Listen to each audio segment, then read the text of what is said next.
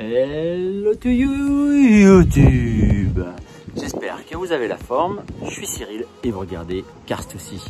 Dans la vidéo d'aujourd'hui, on s'occupe du nettoyage de Wendy. Également, je vous dévoilerai enfin l'avenir du projet de la Porsche 911.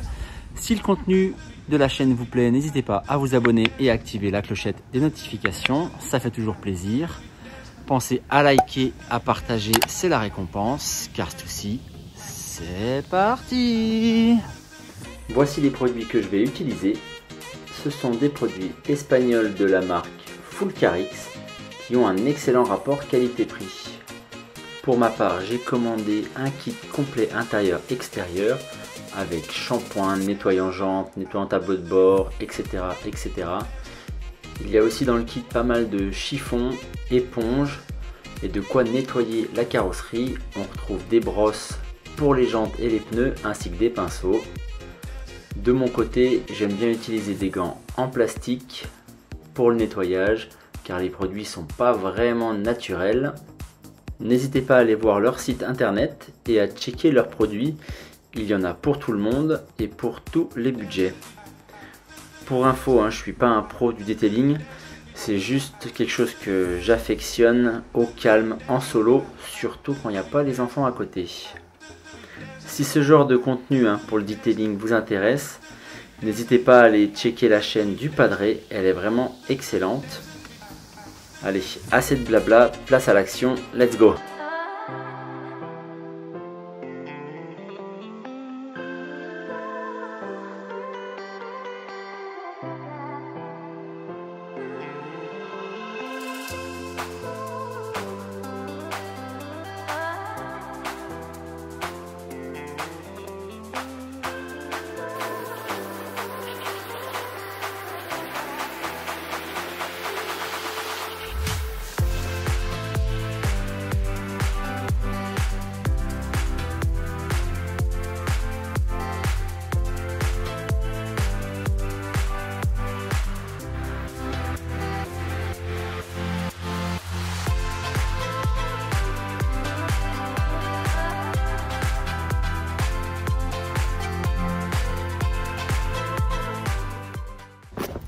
Phase 2, le changement de couleur.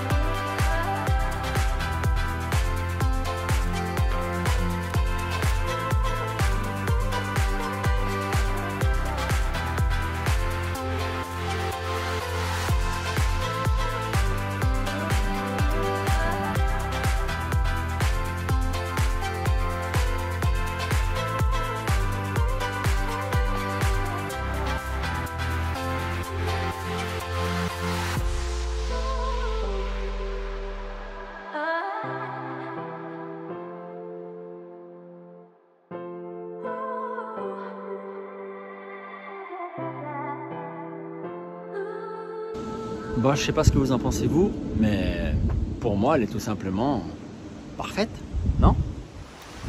Eh oh, eh oh, je suis là? Oui, je suis là. Elle t'enflamme pas, hein? Il y a 3 semaines elle était moins parfaite quand elle était bloquée dans le garage, hein? laissez-moi vous présenter mon jumeau maléfique. Youpi! What? C'est comme ça que tu m'introduis? Je sais pas, tu aurais pu dire je suis la bonne conscience, je suis la bonne étoile, je suis une criquette, je suis la petite clochette. Ok, on va te trouver un nom. Donc du coup, moi je t'appellerai Guy. Ça te va? Allez, va pour Guy, ça passe. Pour en revenir à Wendy, c'est vrai qu'elle était quand même moins sympa quand elle pouvait pas rouler et qu'elle était stationnée, bloquée dans le garage. Un problème d'alarme, mais ça va. On a enlevé la salade de fil, on a mis une nouvelle alarme, tranquille, et ça passe. Ouais, la salade de fil. Enfin, c'est pas vraiment grâce à toi. Hein. Heureusement qu'il y avait le forum Tit911.org qui était là pour te filer un coup de main. Hein. Et puis, parfaite. Ouais, c'est un patchwork de 911 quoi. Il y a des bouts de partout rassemblés. Je suis pas vraiment d'accord là. Hein. Allez, laisse-moi la caméra, je vais te montrer ce qui va pas. Donc à la base, cette beauté, c'est censé être une 911 3 litres 2 Carrera G50 de 1988. Et bah elle est loin. Je vous montre. Là, ça, pas d'origine. On est sur un pare-choc type 964. Et c'est de la fibre. En plus, il a été repeint, c'est pas joli. On continue.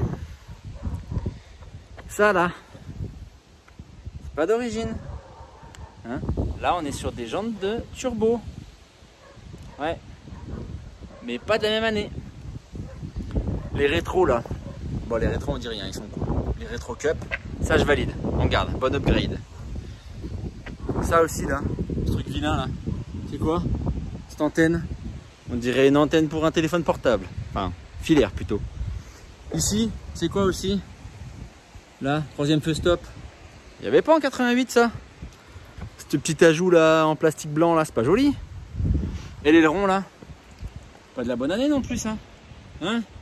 Je crois que c'est un aileron de turbo, mais de 9,93. C'est vraiment méchant ce que tu dis. L'aileron il est cool. Parce qu'un gros aileron, tu vas plus vite. Pare-choc 9,64. Et on voit bien que c'est pas une 964. L'échappement pour la 964, il est de l'autre côté.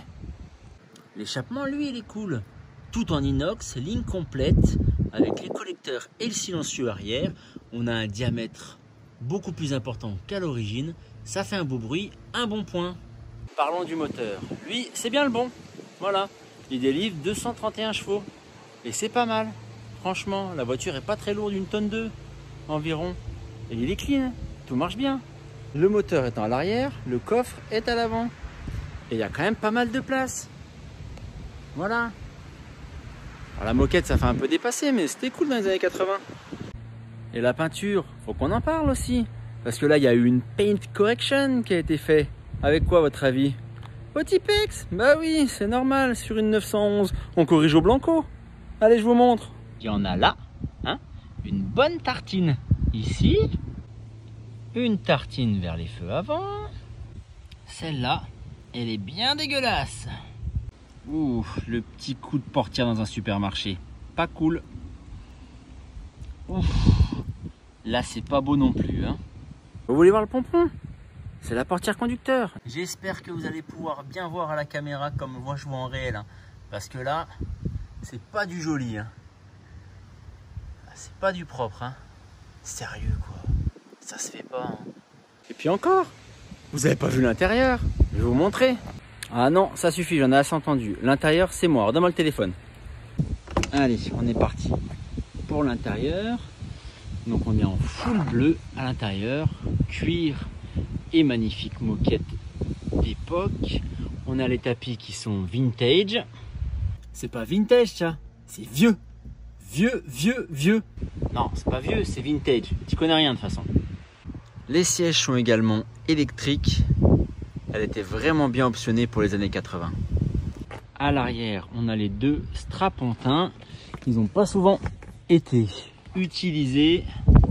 Le seul problème, c'est que j'aimerais bien l'utiliser avec les enfants afin d'en profiter. Mais on n'est que sur de la ceinture ventrale et c'est pas pratique. Donc on va réfléchir à une solution. Comme sur les 964, il y avait des ceintures 3 points. Donc on va réfléchir à ça. Ce qui est remarquable, c'est quand même la qualité des cuirs. Bon, ok, On voit qu'ils sont un peu abîmés, usés.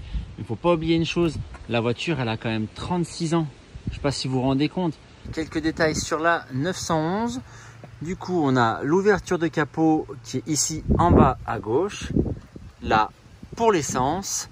Caractéristique de la 911, on a le contacteur de clé qui est à gauche du volant et non à droite comme sur les autres véhicules. On a bien sûr les 5 compteurs avec à son centre le compte-tours. Et ensuite encore un petit détail pour le capot arrière, donc le capot moteur. On a ici la tirette ou la poignée pour l'arrière. Les pédales aussi, contrairement aux voitures modernes, elles sont dans le sol et non en hauteur. Ça fait quand même bizarre au début, on s'y habitue, mais c'est pas évident. Autre chose sur les pédales, je sais pas si on se rend bien compte, je vais m'installer, mais elles sont décalées, elles sont vers le centre de la voiture et non en face. Là je suis droit et j'ai le pied sur le frein. Donc normalement je devrais avoir les pieds sur l'accélérateur. Il faut donc que je me décale. Voilà, donc c'est vrai qu'en posture de conduite au début c'est pas évident. Bon, le poste il est vraiment horrible, mais bon, faut bien faire un upgrade des années 80 pour avoir un lecteur CD, hein, on va pas non plus s'en plaindre. Ça, on sait pas vraiment à quoi ça sert, c'est vilain, il faut que ça parte. Et en attendant, tout marche, c'est nickel. Et au niveau du compteur des kilomètres, il fonctionne lui? Parce que moi je crois qu'il ne fonctionne pas. Ouais bon, là, je peux pas te contredire, je pense que je me suis un peu enflammé en disant que tout fonctionne. Mais à part ça, hein, tout marche, hein, je te promets. Hein. Et oui, on a quand même le toit ouvrant. Eh, on est dans les années 80 s'il vous plaît. Et tout fonctionne. Ouvert, fermé. Ouvert. Fermé.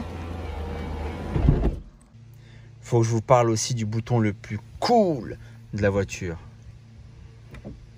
Et la salade de fil là, on en parle? C'est dégueulasse. Mais moi j'adore ça la salade. Bon c'est vrai, là c'est pas terrible visuellement, mais c'est 13 années 80, je te jure. Bon allez, je te l'accorde, ok. Elle a du potentiel. Du coup, elle a coûté combien cette 911? 40 000 euros. Ouais je sais, ça fait beaucoup d'argent pour une voiture, mais c'est une 911. Une 911 de 88 les gars. Ah ouais? C'est pas cher par rapport au prix du marché. Du coup on fait quoi? On la remet d'origine et puis on lui met un gros turbo et 400 chevaux? C'est ça? Le projet pour cette 911, on va en faire un backdating. Un backdate quoi? C'est quoi ça? Le backdating. Le backdating, ça consiste en quoi? Ça consiste à prendre une voiture plus moderne, mais à lui donner le look vintage. Donc sur cette Porsche 911, on va la faire ressembler à celle-ci. Donc c'est-à-dire, on va changer le pare-choc avant, les ailes avant, le capot arrière, et on va mettre une extension d'aile, et le pare-choc arrière aussi, et l'échappement aussi. Du coup, en fait, on va tout changer. Et qui c'est qui va faire ça? Toi? Tu connais rien? C'est sur cette révélation fracassante que se termine l'épisode d'aujourd'hui. J'espère qu'il vous aura plu. N'hésitez pas à vous abonner, liker, partager afin de suivre toute l'aventure. Et moi, je vous retrouve dans un prochain épisode. A plus, ciao, bye bye. Putain, sérieux, je passe pour un génial avec ce que t'as dit là, c'est pas normal.